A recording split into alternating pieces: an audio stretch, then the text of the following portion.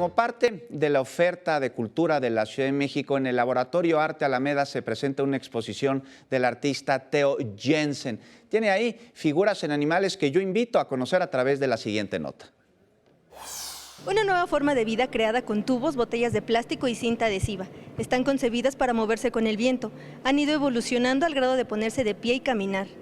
Estas son las asombrosas criaturas y se encuentran en el Laboratorio Arte Alameda.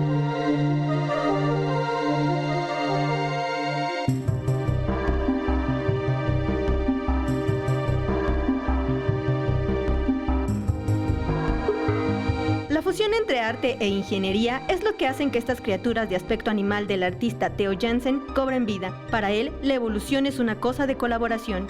Theo también lo dice, ¿no? Que él quiere crear nueva naturaleza, pero desde este punto de la no competición, ¿no? Sino más bien de la colaboración. Asimismo, para Jensen la evolución no es un tema de jerarquías. Para él se trata de una evolución compartida, en donde todos se involucren con esta.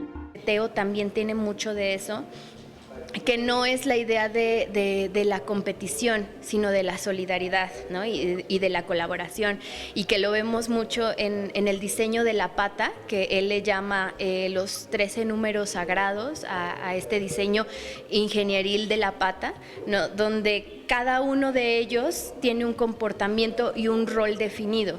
Entonces, si uno se mueve, el otro también se mueve.